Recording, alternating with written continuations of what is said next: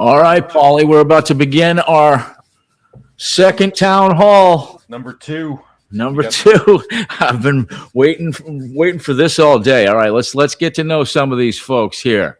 All right. Adding to the stage now, Chuck Hurick. Hey, Chuck, how are you? What's up, Chuck?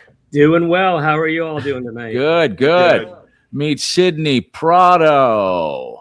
Yo, what's up? Hey, what's up, Sid? We got John. What's happening? Here Hey, he John. is.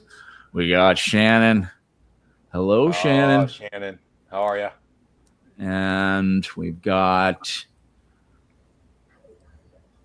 Dan. We've Dan got Steffi. How are you? How the hell do I get this arranged right? Steffi. There we go. Steffi's Is that- hanging in there. It's like midnight in Germany right now. Oh wow, Yes, Steffi. midnight, yes. All right, who else do we have? Ross. Ross. Has Ross showed up yet? No Ross yet. We'll see. What else are we missing here? We got Chuck, like we got 8 Shannon, people? we got John, Sydney, Dan, Steffi. Ross is missing. Thought we had somebody else. Donald? Maybe Dan Kim? No, Dan came on. Oh, you are? Oh, Yeah. Dan Kim. All right. Oh, Dan McCoy. So that's like a nickname, huh? Yeah. I thought that shit was real, bro. I was like, "Hi, I'm Troy Dodge Charger." It's kind of close, actually. I think we're missing. Who are we missing? Donald? I think we are missing Ross. Well, Ross. Yeah, Ross we're missing, and Donald we're missing. I think. Donald. Let me check my email. Shannon says you got your mic off. You're on mute, baby. I'm here. I just have to click. Oh, there you go. There I we didn't go. want any background noise for you guys. Look at that doggy. What kind of dog is that? You met Ava. That's Ava. She's a German short hair pointer from Boonesboro. I remember. Oh my God, that little guy. All right, 25 Troy, year. I think that we're gonna wait for Ross and Donald to join, but I think we could probably just kind of, do some intros, and we'll see if we can bring these other two in. Yeah, I want to hear some stories. Here's also a surprise for everybody. Wow. Oh, Rocco. Nice. Right on. Oh, hey, guys. Hey. Can you guys see me and all? I'm not used to doing this Yes. stuff. Hi, Gotcha. David. Seeing you. Hi. Rocco, it's been a long time, my friend. Yeah, I bought a beard trimmer a couple days ago, and I don't know how to use it. It's just, I think it's a body thing. All right, just for everybody else's information, Paulie used to hang at Sloan's back in the day. Me and Rocco have known him for 30 years, and I tried to describe to Rocco who he was the other day. Oh boy, And he just didn't remember you, Paulie. come on, and, Rocco. Paulie? Yeah, he kind of looked like that big blonde German guy out by the door. He married Christina, the bartender. Yeah. Yeah, Didn't you do with someone Flannery? yeah, no, No. sorry. I thought you produced on one of his films or something. No, I had nothing to do with any of that. No. I left California after Christine and I got married. But yeah, I mean, for you guys that don't know, Rocco and I I met him. And by the way, I haven't talked to Rocco since Sloan's days, so this is a great little reunion for him and I. But yeah, I used to work the door with Troy at Sloan's back in the day when I first moved Oh to yeah, California. it's a long time ago. A lot of drinking, a lot of pot. Oh yeah, that's like 90, 92, 93, maybe. Just Oh for my everybody. God, 90? Yeah. Yeah, it was in the early 90s, mid 90s. Oh, that's right. Around 94 that I went there. Yeah. And yeah, I knew that. Wow, damn, I'm getting old. Yeah, I remember Paul's like some kind of ninja. He was a security guy back in the day, and he would teach me little like holds and moves at the door while I was writing Boondock. He's like, "You want to know what to do? How to put a guy down with one finger?" I'm like, "That's fucking impossible." And he goes, "Oh yeah." And I'm standing against the wall, and he puts his finger right here and goes down into my chest. put me right on the ground, and I'm like, ah, shit, teach me how to do that. Yeah. He was a Paul Schmidt, the security legend. We used to call him the Crowd. No offense, Stephanie. The crowd. That's me and Rocco in Boonesboro there. Look at Me that, and look at Rocco in Chuck. Boonesboro. Oh yeah. Well, that was a hoot, wasn't it? Yeah, I don't Shannon, remember Shannon, the you were there too, right? With your friend Rachel. Rachel. It's funny. This is how cool fans are. I left my sunglasses there. And they're like, we got your sunglasses. And they mailed them back to me. And Shannon, here's an interesting one. I put them on the hood of my Bronco, took off, didn't realize they were there, came back and ran them over about a week later. They weren't your sunglasses? Yeah. They gave you the wrong sunglasses? No, you gave me the right ones. I just ran them over on accident like an asshole. I mean, after all that bullshit, all right, I'll mail it back to you. Okay, here's my address. I get it. And I'm like, wow, they're so awesome. It took a little bit of work to get your address. I had to get a hold of your brother Taylor. I didn't even know you had them, man. All right, let's share some stories. Troy, double check the waiting room. Make sure. I'm checking the waiting room right now. We don't have Ross, but we're still kind of like we all kind of got on early. All right, we're good. Yeah, we got time. All right, let's hear some. We can hear some bullshit. Yeah, let's shoot the shit for a little bit. Chuck, tell me about your. I read all your stories. Tell me about yours. Tell everybody about yours. Yeah. Like I said in my first one that I didn't get picked for, but this one, I came a little bit late to the party, maybe 6 or 7 years after the movie came out. But my life parallels the truth and justice, equitas veritas theme, because I started out my career as a crime scene investigator in Baltimore City. Fuck yeah. 4 years, about 350, 400 homicide scenes, about 3,000 crime scenes. Wow. That's where I think I mentioned in my story I met David Simon, who wrote The Wire. Oh, and wow. the book Homicide, where the case they follow, a murder of 11-year-old girl, LaTanya Wallace. I handled that crime scene. Wow. So, so fast forward, I was a DNA analyst in the Montgomery County, Maryland crime lab for 10 years. And now I work for a large government agency that I manage a national missing and unidentified persons database and cold case database called NamUs, National Missing and Unidentified Persons System. So love your movies. Truth and justice is in my blood. And don't quite do it the way the brothers do. But I got some questions for you, brother. Baltimore, right? Yeah. I mean, that's probably like the homicide capital of the U.S. at that time, right? Oh, absolutely. Yeah. So you were dealing with like a lot of cases. Yeah, a lot of cases. Shift work. Worked with a lot of great detectives back in the day that didn't have the tools like DNA. There was no DNA. There was fingerprints and Well, I'm reserving the right to pick your brain. I always have to think about writing crime scene and ME stuff. And I'd love to be able to call somebody up and say, hey, how does this really work? Yeah, I was laughing my ass off when I watched the movie, and Willem's there at the crime scene with the rope, and he's got blood all over his fucking glove. He just puts it in his hair. Yeah, I kind of went out there a little bit. I took some liberties. We got Ross Garassi. Here he is. Coming in. All right, good. All right, Ross, you there? I'm present. Oh, look, he's all dudded up. He's got the Boondock gear on. Yay. Hey, buddy, how are you? My lucky piece. How we doing, guys? Yes. Love to see it, Chuck. Yeah. All right, so Chuck was just, I think he's the last one to the party. I think we got everybody now. Chuck was just telling us he's ME, went through hundreds of cases in Baltimore at the height of its, becoming the murder capital of the U.S. So, Chuck, one last thing, man. Tell us about that case that you helped solve, the most interesting one. Oh, man. Gosh,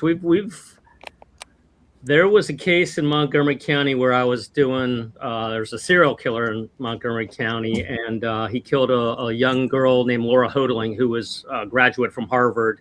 And he also killed a girl about 15 years before, a little girl, 7 or 8, Michelle Dorr. And until DNA technology wasn't there. So my coworker and she looked at the crime scene evidence and noticed a fingerprint on the pillowcase at Laura Hodeling's house where she was taken from, the Harvard grad. And we developed that fingerprint into with chemicals, took a picture of it, and were able to match it up to the murderer and got James. I can't remember his name, but I will probably halfway through this the podcast, and I'll scream it out. But that was a pretty cool case. Where, okay, well, how the hell do you get a fingerprint off of fabric? Well, when you touch something, you have oil on your fingers, so. Yeah. That oil is either left on the surface or it's absorbed into a fabric like a pillowcase. And you can develop that fingerprint as long as you don't slide it across the pillowcase because it'll smear or whatever surface. And if it's in good condition, there's ways you can take chemicals and make it visible to the naked eye and then take pictures of it.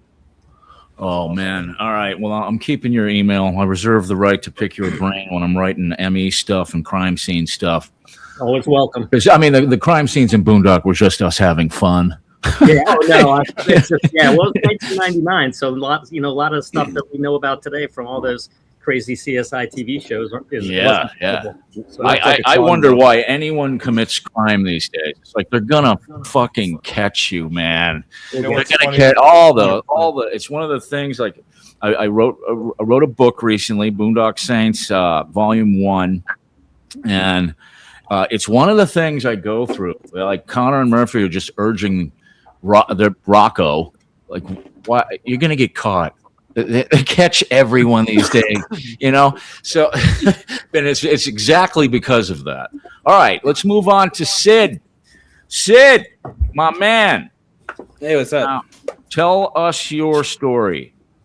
Yeah, I actually met you and David in 2011, South by Southwest, at the Xbox interactive thing, and we got to go in and do Rocco's lines, me, baby, me, Yeah. I looked at it after I read your story. I looked at it and I was able to track down this photo. Can everybody see this? Oh yeah. Yes. Yeah, that was me at that South by Southwest while we were experimenting with this brand new technology at the time that could put you in a scene with an actor in an actual movie scene. And what is it? What's his name, Paul? Adam Duritz? Adam Duritz. Yeah. Adam Duritz from the Counting Crows was like, "Hey, Boondock Saints guy." And I was like, "Hey, Counting Crows guy." And that was at that festival, Sid. It was the only time I ever went to one. Really? Yeah. I interned there for 4 years for college. It was wow. It was a nightmare, but it was fun too. I watched Boondock Saints probably younger than I should have, of course. But no, you really made an impact of like how real you were. And I was like, man, this is a normal guy. I can talk to this dude. And we had like a really good conversation, but I can't remember anything more than 5 days ago until I slept. But I remember some good barbecue, hanging out with Adam a little bit, and I love that festival. A lot of great music acts coming through too. Yeah. I was in school for audio production, and I was running sound for some shows there. And that's what are you doing that now? You still into music? I still do like I went to school for a really expensive hobby, basically. But I'm like an engineer for a small tech company, and we make audio-visual devices. I get to break stuff all the time, and I'm just a big nerd overall. So yeah. How old were you when you first saw Boondock? Probably like 17, 16, something like that. That's about right. I wouldn't say you were too young. That's about right. I made. You still look like you're 17 though. Like you got the genes. I got 3 more years till 40, man. I'm all right on the inside. Okay, great, Steffi. Just for you guys' information, Steffi she's a Lego meister, for Christ's sakes. I've seen a lot of her work. She did like Boondock Saints Legos. She did you in Legos, Rock. Yes. Yeah. Fucking insane. She's coming to us from Germany, so it's like, what time is it there, Steph? It's midnight. Yes. See, that's a Boondock fan right there. Anytime, day or night. Yes. Hey, you're in Germany right now? Yes, I'm in Germany right now. Yeah. Oh, that's great. We've Well, met you know, when before. you're talking like this, I want to like show you my passport and papers. Yeah. Where are your papers, David? Where are your papers, please? We're in Germany. Mhm. I'm near Munich in the south. Munich. Yeah, Munich. Yes. All right. Well, I have questions for you. I want to show you something, Mhm. Stephanie. This is a prototype of a T-shirt we never released. Wow, that's a German one. Yeah. Yeah. It's got the. You know, I love the German translation. Oh, that's cool. It's got the German Cool. prayer on the back. What's the movie's name in Germany? Like a lot of you kind of don't know this, but every time your movie gets purchased by a country, they I rename love it. the translation. It's the bloody path of God. Yeah. And The how do you bloody say it? path of God. Yes. How do you say it? Der blutige Pfad Gottes. Oh wow, der blutige blutige Pfad Gottes. Gottes. I Yeah. love it. Yes. Awesome. Dude, that actually sounds like something the Germans would do. The bloody path of God. I mean, Path of it's God, just yes. so fucking hard, dude. Yes. Like in Use Japan, that subtitle for something, Troy. yeah. It's like in Japan they call it shokainen, which means the executioners, and Oh. like in South America they call it Los Elegidos, the chosen. Mhm. So there's all these cool names. It's tough to keep track of. Yeah, we gotta throw a little shout out to Stephanie too. Because Stephanie was she was invited to the first town hall, Yeah. and we did it an hour later, and it was like I don't know 1:30 Yeah. o'clock in the morning. I have to work. I have to work on Saturday, and I have to get up early, and I can't work when I'm only Yeah, so 2 or we're- 3 hours sleep. What do So you do? What do you do, Steph? I'm a pharmacist. I work in a pharmacy. I'm Wow. leading a pharmacy. Yes. If I ever go to Munich, I'm getting my drugs from you. Yes. All right. Dan McCoy, explain Dan Kim Mustang to us. Well, my wife's name's Kim, Oh, and I'm a big Mustang lover. And Like when- the actual car, not the horse. the actual car, I have a 07 Shelby GT in the garage. Oh shit! Really? You got a Shelby fucking Mustang? It's the low end Shelby, but it is a Shelby. Yes. You dick! Everyone fucking hates you now. Oh my god! Look at that thing. What year is Blew that? it. It's an 07. Oh my god! Oh my god! I love that. I love that. What do they call it? Like what? Albuquerque blue or what? Something blue. What's the name of the color? Well, this one actually is black with silver stripes. The way the picture took okay. it's a little off. Acapulco blue. That's what they had. Yes. With those two white racing stripes. That thing looks awesome. All right, so give us some more. Give us some more, Dan Kim. Where's your wife, by the way? Why isn't she like? She, I'm Dan. This is Kim. She does suffer from a lot of mental health issues, and so violent movies and stuff like that she can't do. And so I do a lot of this watching, by myself. And So did Paul and you already go back and forth because he's restored a Mustang too? You had like a 65 fastback? Well, I restored a 72 coupe a year ago, and now I've got a 72 351 Mach 1 that I'm restoring right now. So nice. Yeah, my very first car was a 65. Yeah. No, I will be a Mustang fan for my life, but it's a lot of work. The second one is a little bit more work than the first one. Did you the day you sold it, did you cry? What, the coupe? Yeah. Yeah, it was tough. It was I remember coming home and Jen, she saw me kind of pull up in an Uber because I had to drop the car off to meet this guy with a truck. And that restore on that first one took me about a year and a half. I painted it myself. I redid the engine myself. I did the suspension. I mean, everything on that car I did. Yeah. And I Did you sold get- it. And then I Did you won- get close to it? Did you What's did you that? fall in love? Was it Yeah, I love did. there, Brian? Wow. Did you squirt some tears, Brian, when you had to sell it? Don't ask the question if you're going to give me shit about it, dude. No. Everybody thinks you're gay now. It's great. All right, Shannon. Yes, Wow. sir. All right, give us your story, baby. So I came to the Boondock Saints pretty early on, and it was all because of your USO tours. Oh yeah. So when my friends came back from Iraq too, they brought the movie home with them. And no so shit. I didn't really know about social media. I didn't have anything to do with it up until about 2013, and then ended up on Twitter, and it was all about the Boondock Saints. So my friend Rachel that you met in Boonesboro, we actually met in Sacramento in 2013 waiting for Sean Flannery.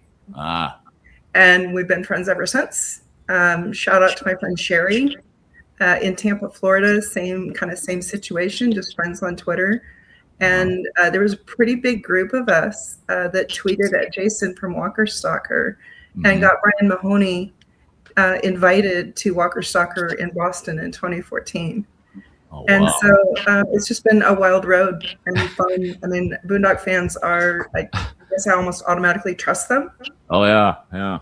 You would be shocked at some of the tales I have heard. People have gotten married with like what my producer was on vacation and they quickly ordained him and he married them because he had done Boondock Saints and they were such fans. People naming their kids after him, their pets after him. Nick Hall, if any of you know him from Legion, he runs Legion, good pal of mine. His dog is named Rocco. And I don't know, Rocco, are you offended at that? Or like if people name a pet after you, you like, hey, fuck you. God, no. Yeah? No. You're okay with it? Yeah. I know you, Shannon. You're from Idaho. I am Shannon from Idaho. Shannon from Idaho. I talked to Shannon. She took me through COVID. I did.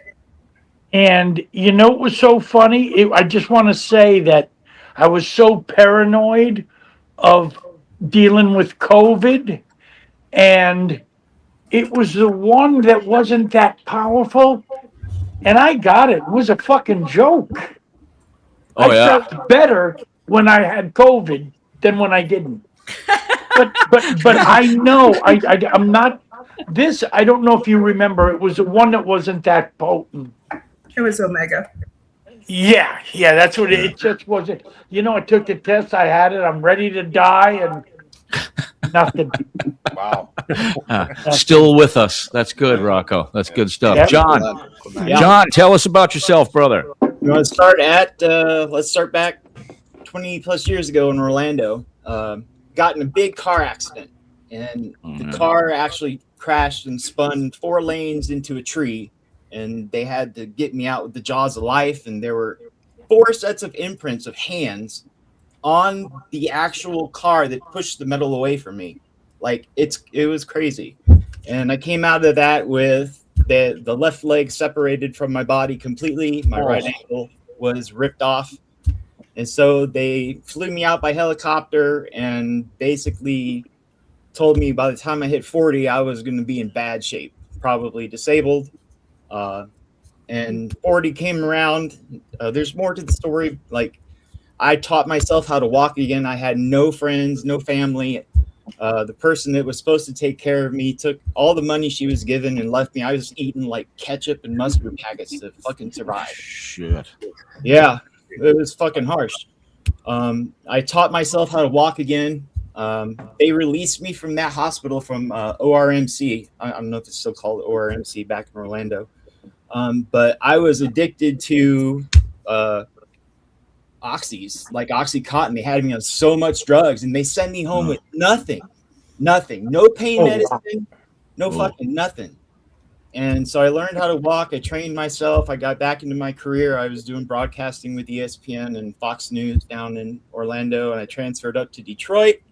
After Detroit, I went to Vegas to Hollywood. And in Hollywood, I worked with just a ton of people. I was in the game for about 8 years with studios and just creating and whatnot. And then I couldn't do it anymore because what they said in Florida happened. I couldn't walk. And it killed me. I had people steal my ideas, make millions, make a lot of money.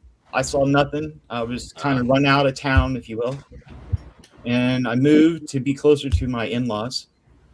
During that time, I was wheelchair bound. Couldn't do anything anymore. I couldn't walk the studios. I lost all my income, everything. So for the last 8 years, I basically been in a wheelchair, and March 31st, I was able to finally get a hip surgery. Now, this was a big deal because I ballooned to 500 pounds. And God. yeah, big boy. I lost, basically, I'm 205 right now. Wow. Gee, you lost a whole U plus. For real, Shit. man. Awesome. And so Nice that job. allowed me to get the hip surgery because I was so near death. I didn't really want to live anymore. I had lost everything I cared about. And if you know Hollywood, Troy, you know what I'm talking about. That town can be fucking dirty. Oh, yeah. And Yep. I was about to raise my hand and say, yeah, they've stolen my ideas too. Two notable cases, and then you look in the credits and find some producer you know that you told that to, and just clipped it. Yeah, that happened. That's that town. And so I came here.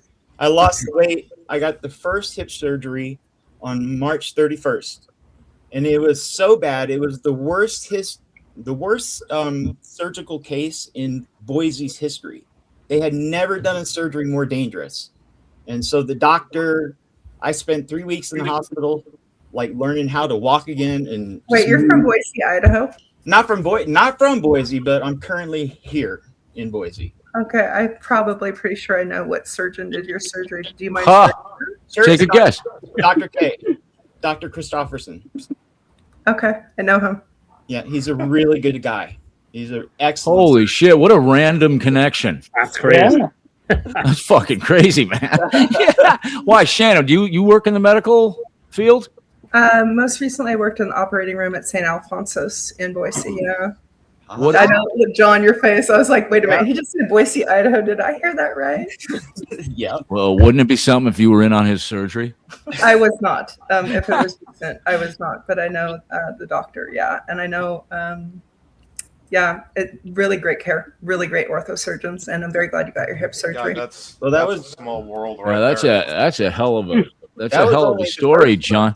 That's How did Boondock Saints play into any of this? Well, after that hip surgery, I just got the other one done. I'm still actually recovering. If you can see, I'm in a wheelchair, so I'm still walking. But the whole thing started when I remember Boondock. It gave me that sense of power, of like almost illumination, if you will, because I've had a hard life, like a really hard life. I've been thrown down the poop chute, if you will, by a lot of people. And so truth and justice rang so true to me. On top of that, it was I was raised Mormon, and I didn't realize what a kind of a cult that was. And I had a lot of like mental problems, and I'm coming out of that. And the saints always rang true to me. There was something about that. There was something about truth and justice, and with the religion part of it that kind of broke me out of. It helped me survive. If I'm going to be honest, I would not have survived any of this or had the strength to get through it if I didn't have my fucking rope, if you will. I've been trying to find it. I've been trying to solve that equation for years. What's that thing? The question I've been asking myself, what's that thing about Boondock that makes it a cult classic, makes it just evergreen, and makes people take it far more personally and far more serious? I think it does have to do probably with that whole truth and justice side of it, and maybe some of the spirituality. Actually gives me, you just made me remember something, John. I'm going to show you guys something.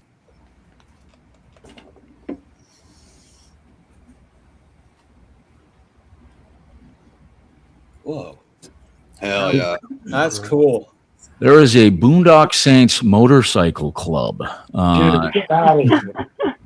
They were about 10 years ago. Their first chapter was incorporated in South Africa, in Cape Town, South Africa. Then a sister chapter popped up in Johannesburg, and then a third in Belgium. So there's about 150 full patch members riding around Europe and Southern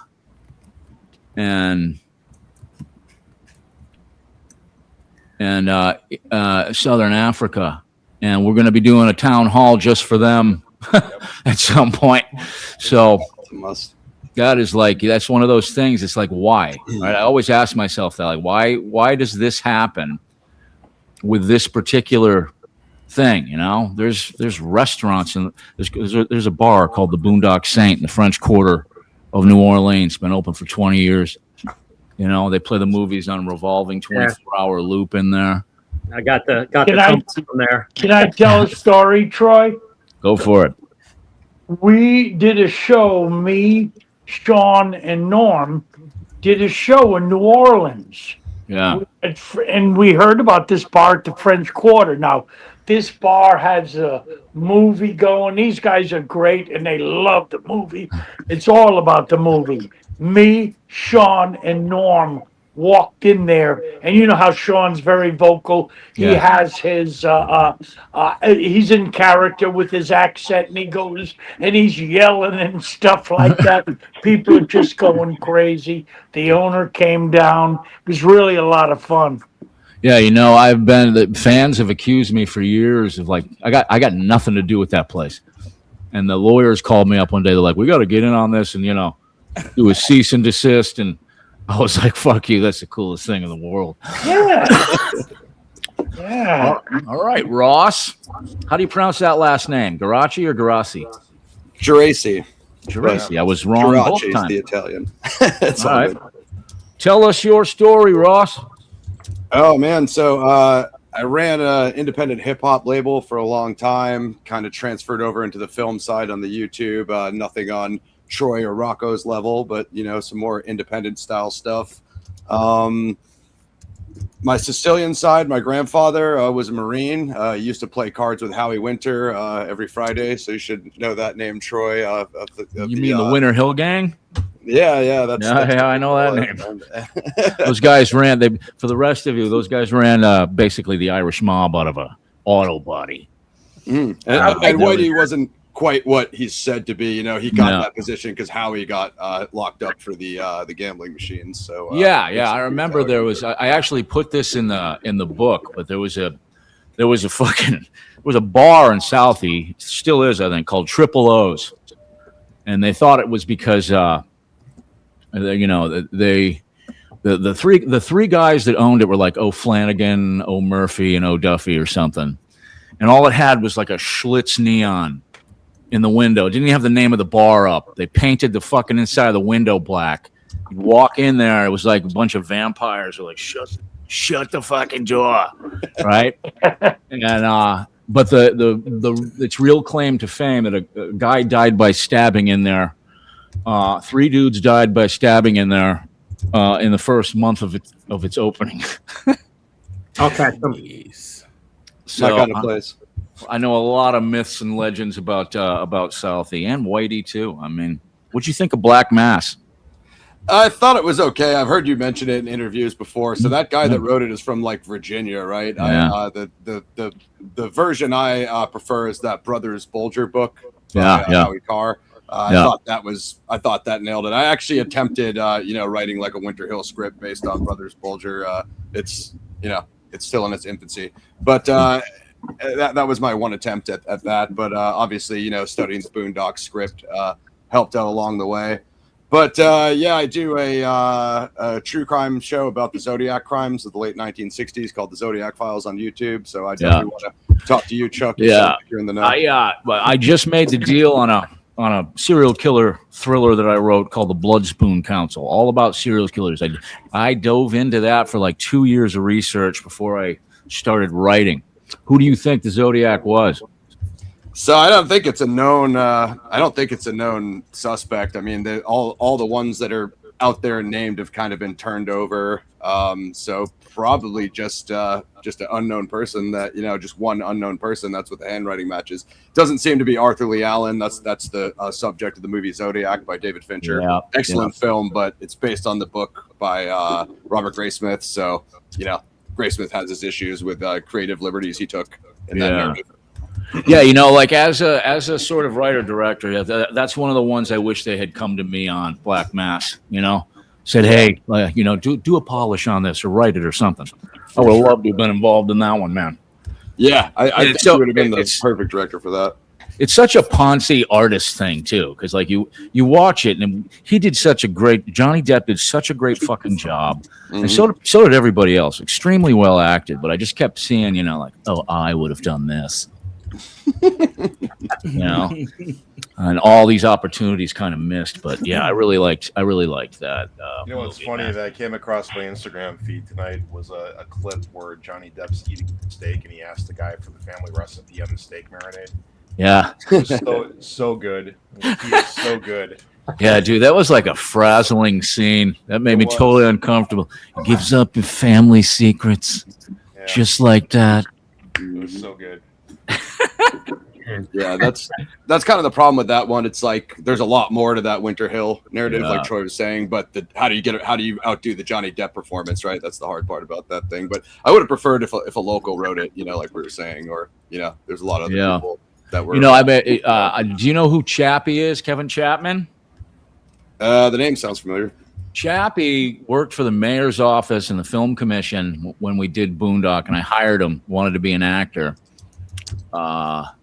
He was the guy that was like, fucking, get in here, I'll beat you to death with a big rubber dick when Duce was attacking the place and found his sons. He actually became a very big actor. He's still on Persons of Interest, one of the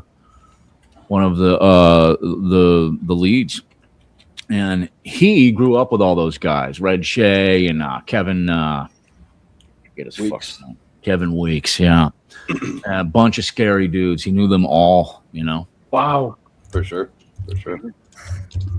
Yeah, I had we had some peripheral family members around, some heisters in the family and such, but I don't know where I left off there, but Boondock wise, my brother's friend, so I'll say I'm Sicilian and Irish, half and half, right? And obviously I have one older brother, you and Paul saw in my notes, and but my favorite character still is Il Duce, and as he kind of like reminded me of like my grandfather type of archetype, a hardcore dude from the Marines that was around the Winter Hill scene. And my brother's friend told me about it. So like my channel, we also do movie reviews. We kind of try to focus on vigilante movies, like every era of them. And he's like, hey, have you seen this movie Boondock Saints? It's about these two Irish brothers. He was telling me about the vent scene when they get wrapped in the rope. And I was like, that sounds like the awesomest thing I've ever. I was like 15, freshman year of high school. It was 2000, so probably the year after Boondock came out, and went and bought the DVD because I follow action, martial arts, like I follow those genres very closely.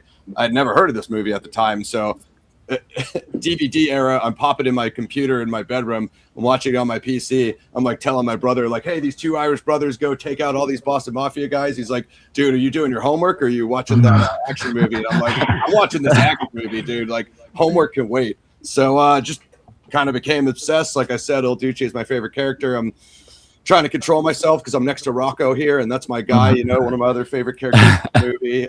But yeah, I got a lot of merch, got, of course, the graphic novel. I will say that in my defense against Troy, I haven't read Origins yet. That's the only thing I'm not up on. I'm up on everything else, so I will get to it. Chuck, you read it? Yeah, I read it and I listened to it, man. Oh, you both, shit.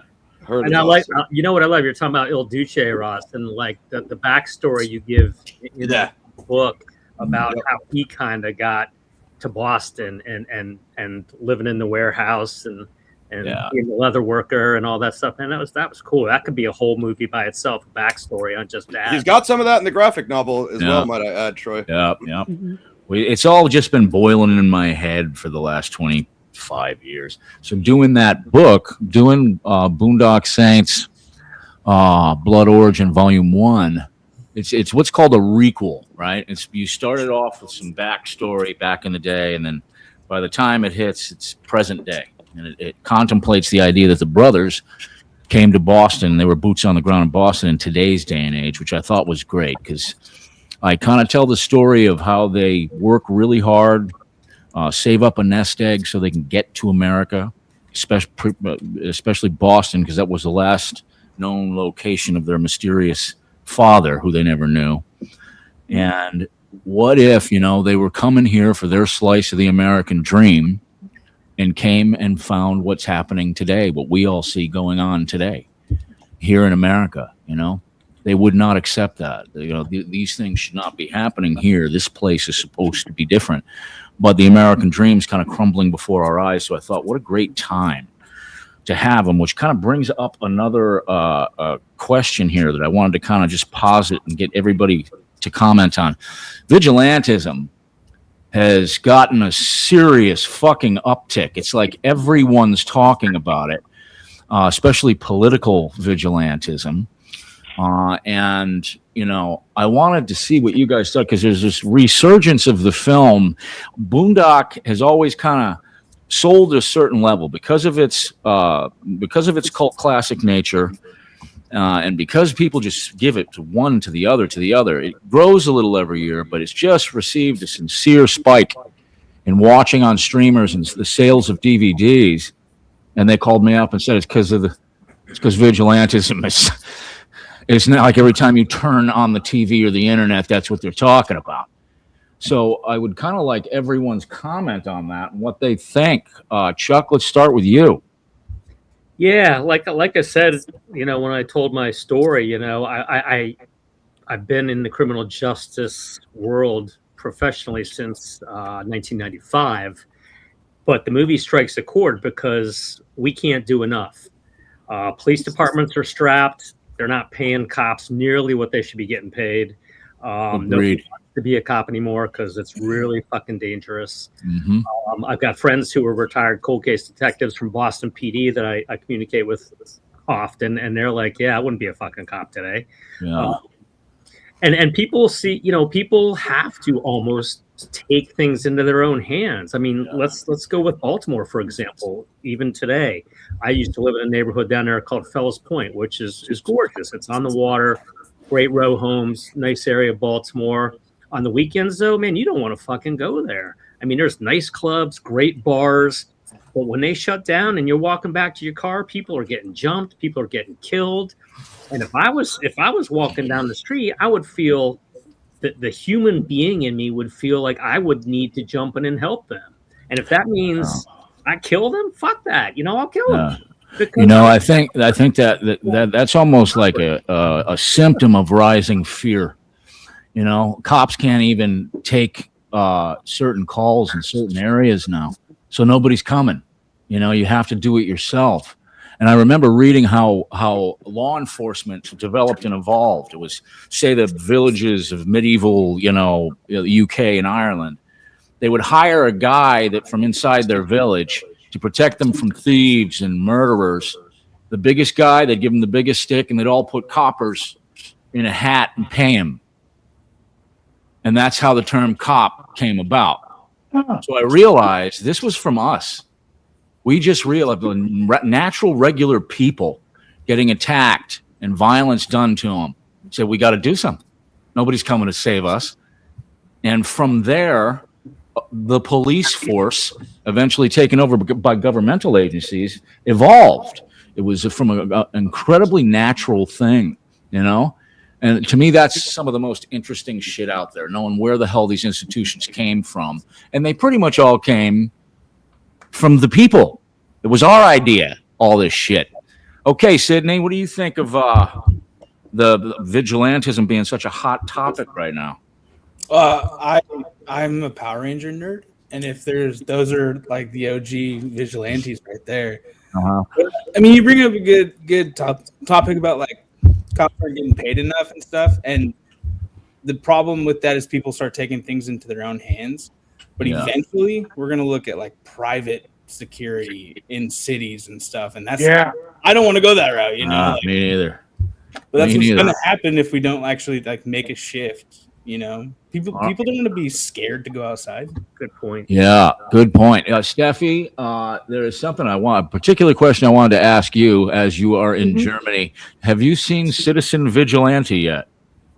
I was going to bring that up. Not as much as in the States. All right, by show of hands, who's seen it? The movie?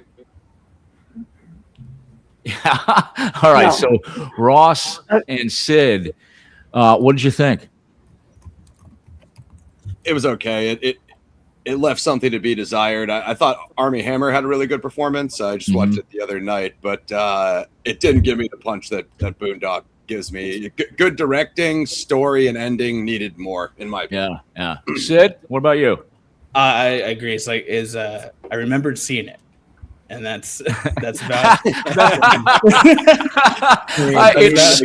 It's a movie that I watched. That's my full critique. I know I spent some time in a place, you know.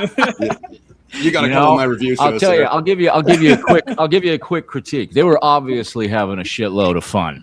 I mean, some of that stuff, I think the filmmakers expected us to draw back in awe, and they got laughter from me. Like, I can't believe they just did that. There's like an armored box with 2 M60s pointing. The cops just line up and get mowed down twice. And I'm laughing my nuts off. It's like, music's weird. Yeah. And they talked about it like everything was about justice. They had like the waitress serving the Interpol guy. There are many that don't want him caught because he is doing your job for you. What do you think of that? No one is above the law. It was like just dot to dot writing, but they didn't break the one rule of cinema. Don't fucking bore me to death. Yeah, that was a fun movie to watch. And even though I burst into laughter a few times, I mean, there was one shot where a guy's head exploded. You remember that one? What was your review on that one, Ross? Because I was just looking at guys going way overboard, and the thing got a lot more attention. Have you heard, Steffi, about the attention it's getting, especially in Germany? Wasn't it like banned there? Yeah. Which one? Citizen Vigilante. No. Oh, you haven't heard about this? No. Okay. Well, it's one of your filmmakers. The guy's done a lot of films, and it's getting a lot of controversy, but they banned it in Germany. But then I think it was what was it? Elon Musk that posted the whole thing to X, so everybody could watch it. Yep. Holy shit! You know what interesting question would be going back to the vigilante thing. So, Steph, from your side in Germany, how is the environment over there? How do you guys look at vigilantism, and what's kind of the environment over there with that? You know, because we don't have as much guns here like in the States, right. So it's completely different here. So we don't have this self-justice at all here. Oh, wow. So, you know, I know Shaw from Dexter, and Dexter is able to make you sympathy and root for a serial killer, like the Boondock Saints. You're rooting for them, you're fighting for them. Yes, you're doing the right thing, and Dexter is doing the same. But in Germany, we don't have the people buying guns and having guns at home. So it's not that much of a topic here as it is in the States. You know, I think it's funny. I some fan counted up the number of people that Connor and Murphy killed in 1 and 2. I forget the number, but I was like, shit, that makes them the biggest mass murderers in U.S. history. You know, and I somehow still got people to rally for them. Go boys! All right, Dan, what do you think about the rise in vigilantism? Well, I fully believe with how the police force can't be there for you. I mean, you know, a response time is going to be like, you know, 5 minutes at best time, but you know, a couple hours. I grew up in California. I moved back to Madison, Indiana for about 4 years. And the gun culture there, I mean, you're allowed to carry, no license required. Oh. I felt safe there, you know, no problem. Coming back to California, I need to get my CCW again because it's really bad around here. Years ago, when I first got my CCW, I was sitting in a parking lot of Del Taco, and a guy got out of his truck with a crow iron and started coming at my truck. And I have my kids in the truck, so I mean, you know, we got out of there real quick. But it's like, okay, you know, society sucks anymore. So I can understand with the court systems where people are arrested, put in, and they're released the next day. The case of that Ukrainian girl back east, where the guy took her out on that train He was released almost immediately, and it wasn't the first time he was in the system. So I can understand people are just fed up with relying on the government or agencies to protect them. And I can see a lot of people agreeing with, how the brothers are. It's like, what? You're going after the bad guys. Yeah. Okay. Good. Interesting. Again, that kind of goes with what Chuck was saying. Yeah. Shannon, I got a different question for you. Some of the sort of vigilantism that we're seeing is sort of politically motivated vigilantism. Luigi Mangione, Tyler Robinson, these two. What do you think of that type of vigilantism? I think we need to send the brothers after them. I think the real problem is in the prosecutor's office. That's something that we vote for locally all across America. The problem, I don't see it as with the cops. The cops are overloaded. I think the media, definitely. You nailed, everything, every theme, you nailed it. The media they just want to be movie stars. That's what I'm seeing. You said that was guilty at the very end, that montage. And I think, America has a long history of taking care of ourselves, starting with Civil War and westward progress. We were the first country that has a Wyatt Earp, and you put that in the movie too. Fucking Earp. How many takes, Rocco?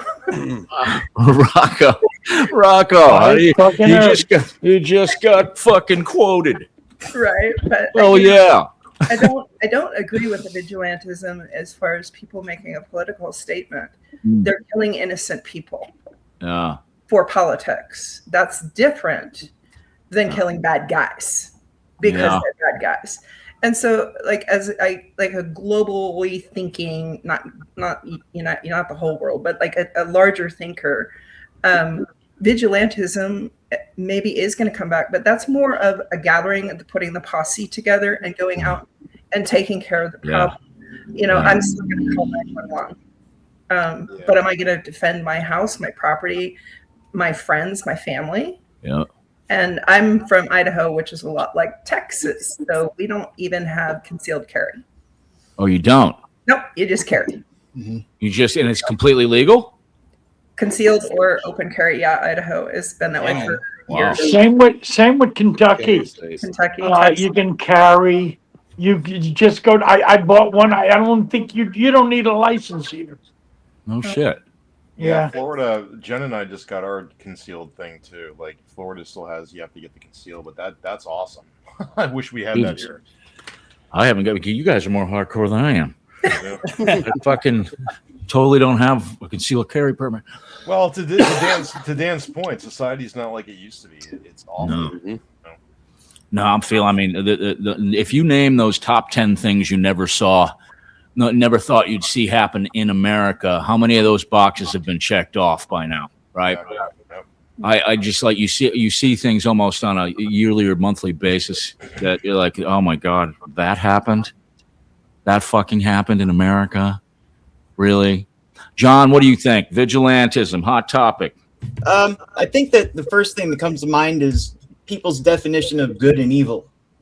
And when you see vigilantism, is it towards a religious aspect, or is it some form of other evil that they're defining by their own standards? Yeah. And so when I think of that, if you look at the brothers, it's clearly religious. It's there's a Christian aspect behind it, but there's other people that take to vigilantism for other reasons, and so it concerns me because I don't think violence is always the answer. I don't. No, but the quiet part out loud is sometimes it is. I agree. But what is the definition? Sometimes I feel like people that might be considered evil have evil designs, and then they take that out as good, and then they do their vigilantism, whatever. So I think that's the thing that comes. What's your prime directive? What is behind your goal if you're a vigilante? Is it to take out the truly bad people, like child molesters, bad shit? Or are you doing something that's relative to your own personal feelings that doesn't really matter? Yeah, that's why you just kind of reminded me why I put that line in there. Do not rape, do not kill. Every man of every faith can understand this. Basically, what the brothers are saying is just don't be an evil asshole, and you'll be. We're not going to come knocking on your door, right? So I think that was the way that one of the ways that Boondock expanded beyond just a spiritual thing. I think that spoke to a lot of people. Yes. Ross, vigilantism. What do you think, buddy? Oh yeah, huge supporter of it. So I'm originally from New Hampshire, where you could just buy your firearm with your driver's license. Then I moved to Massachusetts. I got the large cap A capacity, but that's concealed. Now I'm in California, like Dan was saying, so I got the CCW, and obviously crime is way crazier here than any of those last two places. But being the nerd I am, I wrote down some notes. So yes, it is a hot topic, but I also want to talk about the origin, like vigilante being an Italian word. And it comes from the predecessors to the mafia out of Sicily, which is the Vendicosi or the Vendicatori, which means Avengers.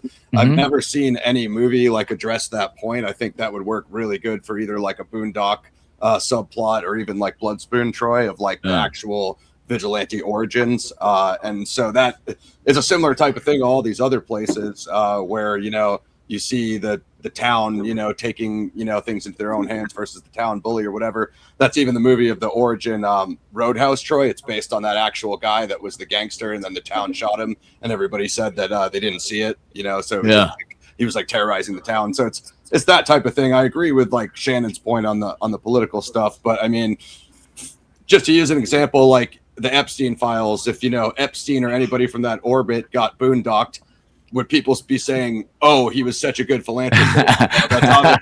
It wouldn't be. The guy wouldn't be missed. I'm sorry, but that's just what it would come down to. It would have been one of all the good things he did. Like that just wouldn't come up. I'm sorry. So being Sicilian and Irish, I have strong feelings on the subject. I mean, even when Joker 1 came out, they did no promo. If you remember that, Troy, and they didn't do any media because like there was this narrative that people were going to go out and do what the Joker did in that movie, and it never happened.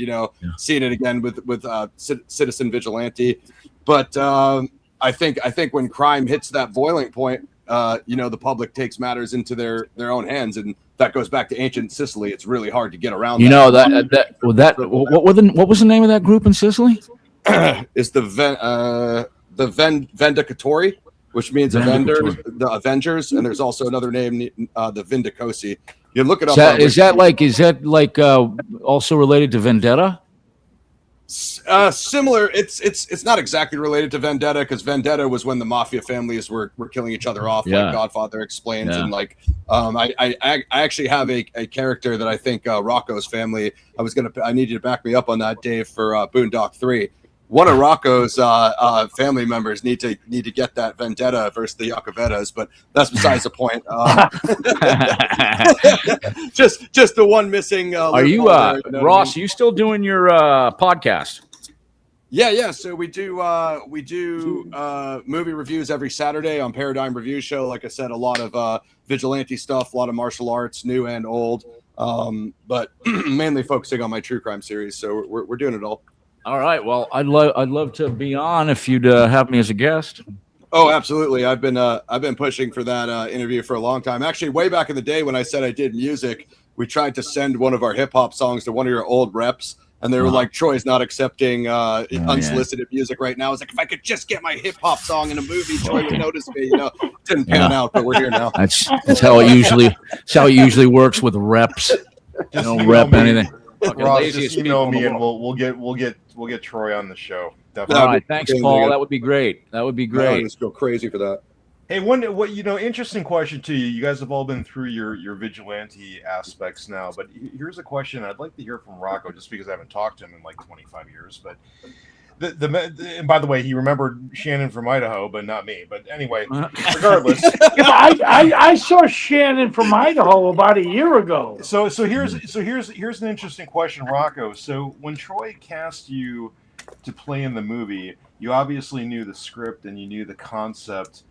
I would be curious to know, like, how has your view on vigilantism has changed since you played that character? you were that character, but outside of that character, what is your thoughts on it? You know, I looked at the vigilante thing as kind of in a funny way. I looked at it as if me and the brothers are a team, and you fuck. Even though I do say, hey, you can go everywhere and do this. We're like 7-Eleven. We're open here 24 hours a day, whatever those lines were. But I always thought it was, it's us against them, as opposed to, even though we're going and killing bad guys, and even though I do say that, we could kill every evil motherfucker in this place. I know these guys. I know who they are. I know where they work and all that. I just looked at it as if, we're brothers. Yeah. And we're in this together. Yeah, that was one of my favorite scenes when you came back from the killing spree at the Lakeview lunch. And I remember directing Rocco in that scene. The honor of directing Rocco in the scene. I was like, just like fucking go bust in there and lose your shit. And all I did was like go here with records, here with the iron, just say something with it. Here, just rip everything fucking down, just lose it. And he's looking at me like with wide eyes. He's like, okay, I can do it. He was getting all hyped up in the hall. I think he took that. Unbelievable work, Rock. Fun scene. That was the best scene. The funnest scene, I also like the alley scene that followed. Yeah, you got like a duffel bag full of shit. You're like, oh my god, they're gonna come after. I just totally fucked up, you guys. I can't even buy a pack of cigarettes without meeting 9 guys. You fucked.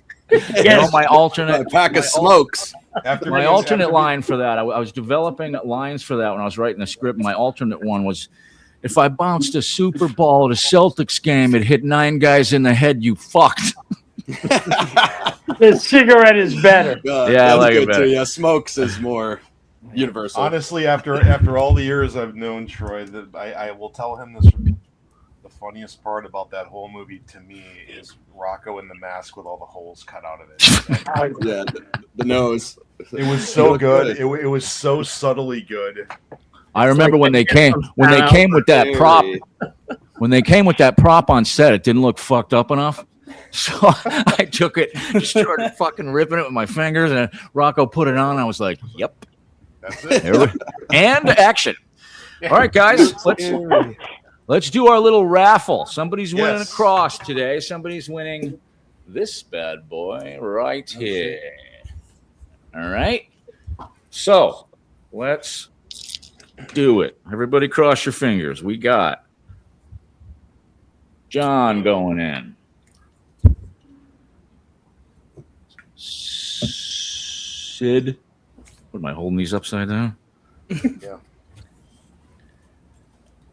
Shannon. There's Steffi. Guess this would be Dan and Kim. Mm-hmm. Ross, who looks like he's already wearing one. I can send it to one of you guys if I win. And then we have Chuck and John, right? Chuck. Yeah, Troy, take me out because I got one. I'd rather have one of these folks get one. I've got one. Okay, Chuck's out. I thought we had. Did John go in there already? Yep. Okay, John. All right, we had somebody do. Are we missing Donald? Did we have a Donald in here? We did have a Donald. I don't know where that would happen to Donald. So. He's MIA, bro. All right, here they all are. Swirl around good. And who do we got?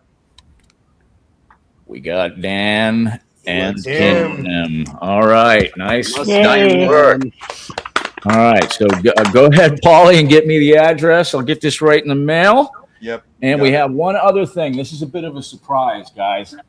I'm an avid woodworker, and while we were doing the Boondock Saints whiskey, which we're probably going to release a 10-year. We got some 10-year whiskey now. But we had to drain a few barrels to satisfy the orders, and I was up there signing the bottles, and I was like, give me those fucking whiskey barrels. So I took the Saints whiskey barrels, and I made a bunch of these. This is a sort of a cross whiskey flight, right? So all the shot glasses kind of fit in there, like that. Official. Well, this is the Rocco shot glass. But I made it out of the barrels. On the back, you can see the char. It's all sealed up. Wow. I bent the metal and stuff from the wood, the metal rings. There's a I don't know if you can see it, but this is a inset 1 ounce copper with. This one has Lady Liberty on front of it. And then the very last thing is my maker's mark, which is burned in there, Veritas Equitas Circle. All right. So this is going to one of you guys as a little thank you. And Chuck, you don't have one of these, so you're going back in. All right. And It smells good too. who is it? John, yay! John. Fuck. All right. That's a good one. John. Yeah. John needs this in his life. Start drinking, John. Start drinking, John. The next part of your story starts with you receiving a whiskey flight, and now you can become an alcoholic. You've done all the other shit. I'm ready. You've done all the other shit, dude. So, hey, Dan and John, do me a favor. Just resend me your mailing addresses, please, an email. We'll get that stuff out to you. Yeah, work out that stuff with Ross. I'd love to be on the show and help out. Yep. Absolutely. That'd be great. Okay, guys. Yeah.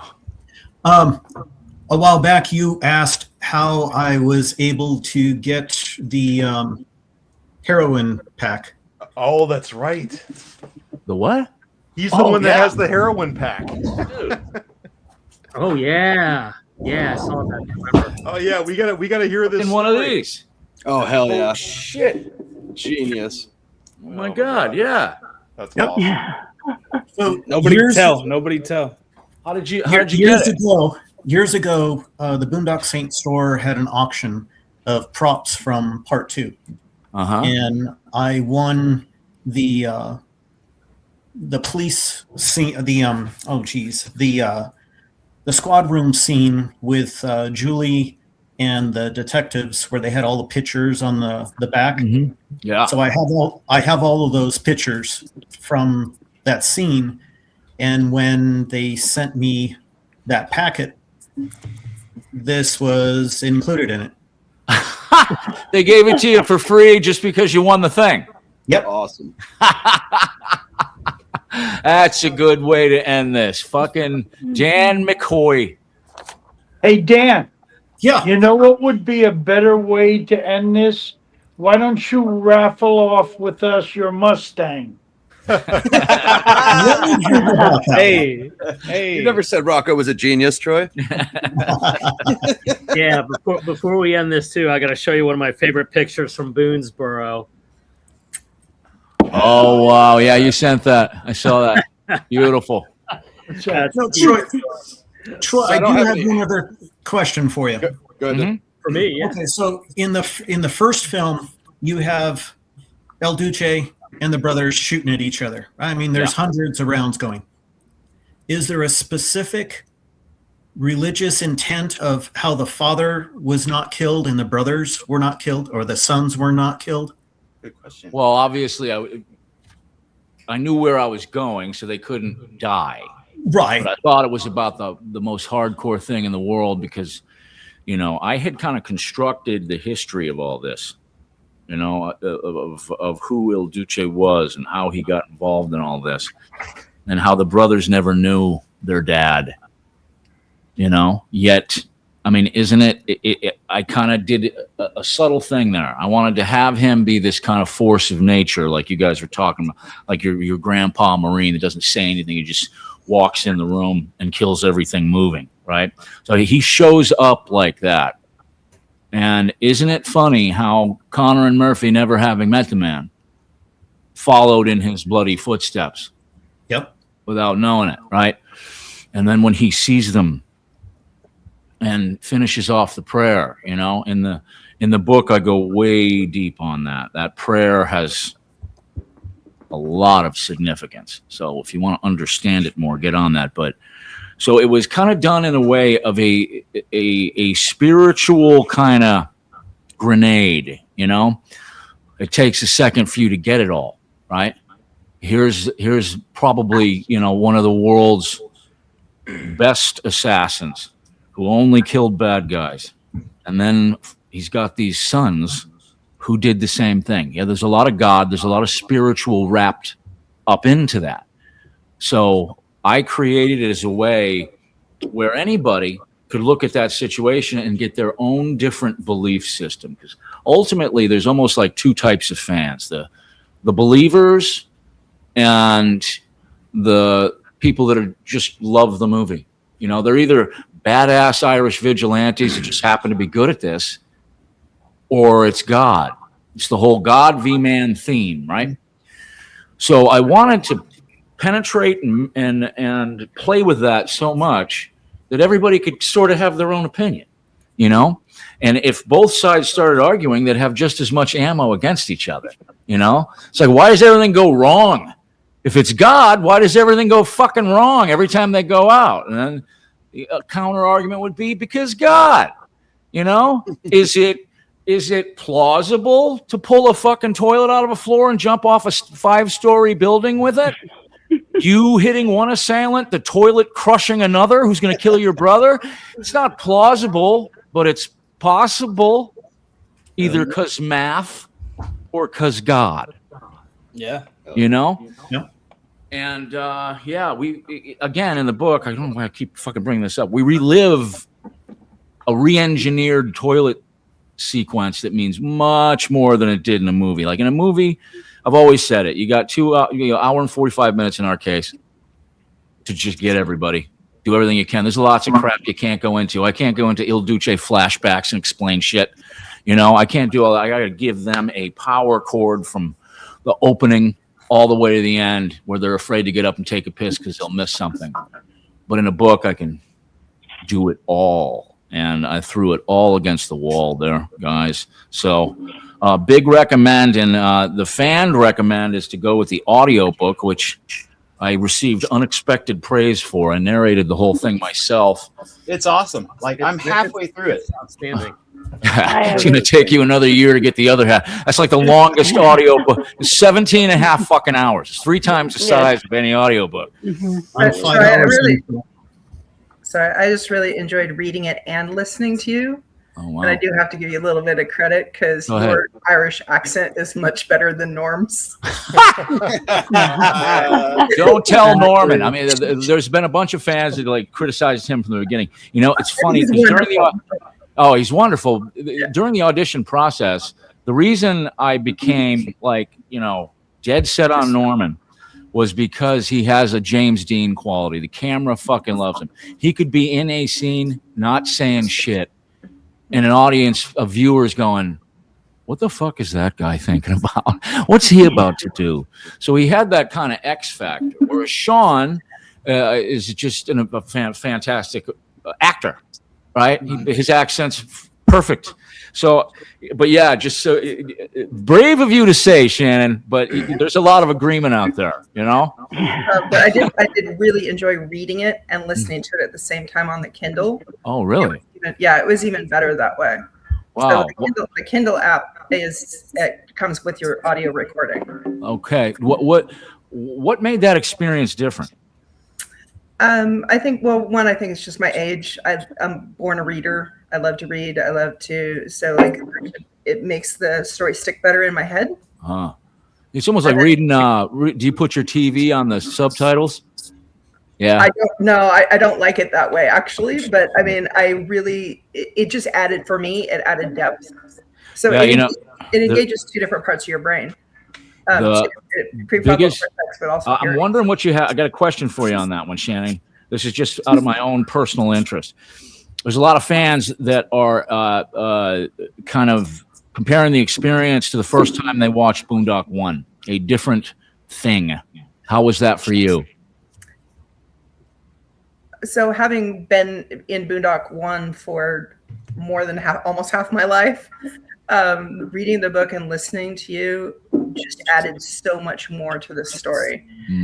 You bring so many pieces in, and I don't really want to give anything away about the book, but there were so many pieces in how I had imagined the boys got to America, why they got to America. I obviously noticed they followed in their father's footsteps as soon as we went for Il Duce and got him out of prison. But it was so much more, and it is. I love long books, so 17 hours works great for me. Well, I'll tell you what, we're trying to get a publishing deal for a physical book now and getting it out into bookstores. So fingers crossed on that, Boondock fans. All right, everybody stay on. I'm going to end. Troy, yeah. Hang on. I got one thing you may want to close out on. This is a little surprise. Rocco will get a kick out of this too. I'm going to share my screen real quick. Let's do that. Can you guys see my screen? No. See you. Hang on. Image If file, you move your head, we can see it through your glasses. Can you see it? You can see it now? Nope. All right. You know what? I'll put it in the chat box. It's a little shout out to wait, hold on. Paul the brand. Oh, hold on. There you go. Is that it, Paul? You got the the cat Legos? scene. Yeah, the Legos. The cat scene, yeah. Dude, Rocco looks like Jesus. Look, Steffi even got the hair right. Look at Connor's hair as opposed to Murphy's, and that little swoop over Norm has. You know where I got this hair from? Where? It's Hagrid from Harry Potter. Hair. Genius it's Harry work. Potter's Hagrid. Fantastic. All right, I'll tell you what, guys. Stay on the recording. I'm gonna hit end recording, but everybody's got to stay on so that it all whatever downloads. All right, Troy, real quick. I don't have any heroin, but when's the last time you seen this? This is the demo version of the band Troy and Taylor. Oh, no kidding. Before they pressed up the originals. That's a real fucking. Where'd you get eBay, that, baby? eBay's a gold mine, and then of course the Part 2 soundtrack. Oh wow! Oh wow! Holy shit! It's official over here. All right, everybody, stay on. We'll still be able to talk. You just gotta let me hit this. And by the way, thank you all. This has been such a good night. Steffi, thank you. Thank you for inviting us. Thank you. Congrats. Who won? John and Chuck? No. Yeah. Dan. John and Dan. All right. Congrats, guys. And stay on. We'll be able to still talk. And thank you very much for an incredible evening.